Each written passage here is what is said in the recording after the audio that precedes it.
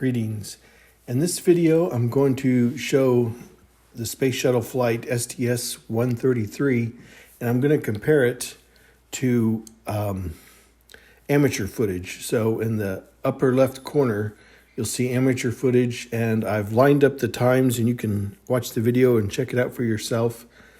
But I made videos about this before where the space shuttle is a balloon rocket, and I've caught so much grief about that. I've had people call me names, people send me messages, say I was crazy, and not just over the internet, but in my real life conversations with people.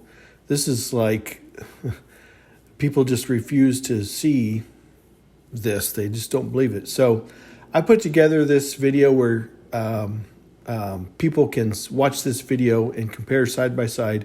And I want to encourage everybody to do their own investigations. Okay, so here's the fuel tank, and it's supposedly falling back to Earth. And to me, it just looks like it's floating in the sky. And I'm going to look at at a tent that's floating in the sky. And there's some weird things that you'll see go by, and I zoom in and slow it down where it looks like paper or some type of plastic or something that goes between the camera and this fuel tank, which I believe to be some kind of, it's probably a fiberglass filled with helium, is my guess. But it just doesn't seem natural. So we're going to take a look at that. We're also going to watch the Red Bull jump. We're going to see what something really looks like, the Edge of Space Red Bull jump when it falls to the Earth. We're going to see what that really looks like. There it was. There was the paper that just so happened to be between the camera and this tank. That's weird. Here's a couple more right there. Okay, here. I'm slowing it down. There it is. I mean, how do you explain this? Do your own investigation. Go look at it. All this footage. See for yourself. And here comes the other pieces. Yeah, that's crazy. All right, so to me, this looks like something floating in the air. And I've got that footage coming up right here. Okay, this is a young man. His tent was blown away.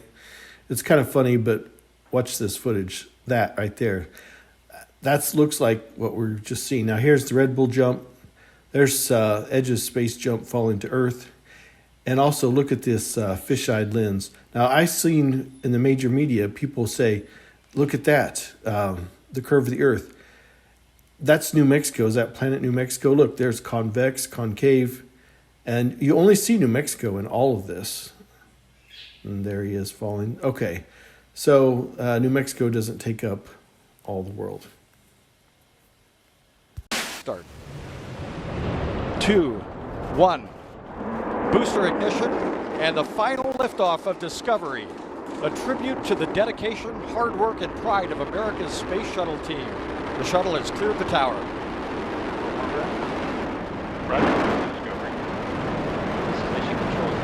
Space shuttle now rolling over onto its back with a 10-minute ride into orbit. Discovery now making one last reach for the stars.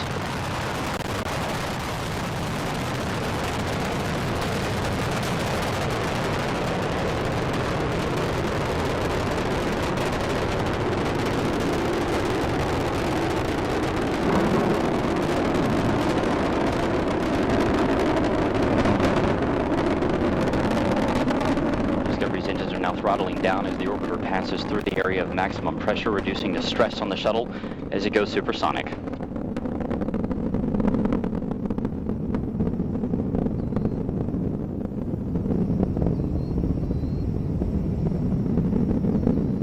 Discovery Houston, you are go at throttle up.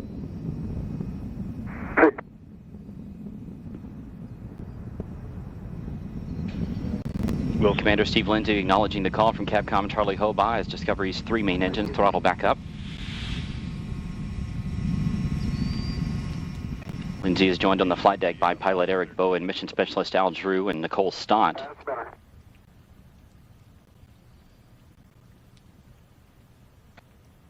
Mission Specialist Mike Barrett and Steve Bowen. Discovery's 3 main engines are burning fuel at a rate that would drain an average swimming pool in about 25 seconds. The engines combined with the solid rocket boosters produce more than 7 million pounds of thrust.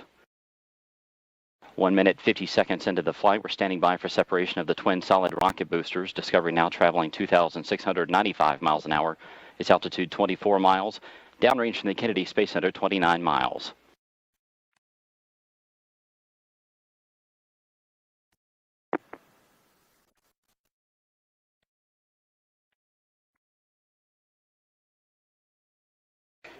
Booster separation confirmed. Discovery's guidance is now converging as the shuttle's onboard computers fine-tune the flight.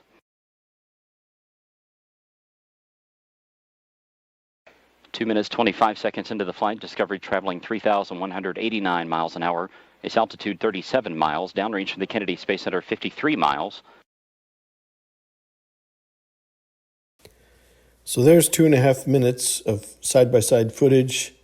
At 2.5 minutes, it almost hits Mach 5, which would be so difficult to see. And those rocket boosters, I think, would just get shredded. The SR-71 goes to Mach 3. It could do Mach 5, but the craft itself won't take it. It expands, it leaks fuel all over the runway. They have to use special paint. And so I just don't see how this hunk of junk looking thing can get up to Mach 23 within 8 minutes. And that's what we're told. People believe it blindly. So, like I said, I'm just making this because I caught so much crap when I first addressed this. And so I wanted to make a simpler video side by side where people could follow it and see for themselves. I hope you found it interesting. If you did, like and subscribe. That helps me out. I appreciate it. And thanks for watching.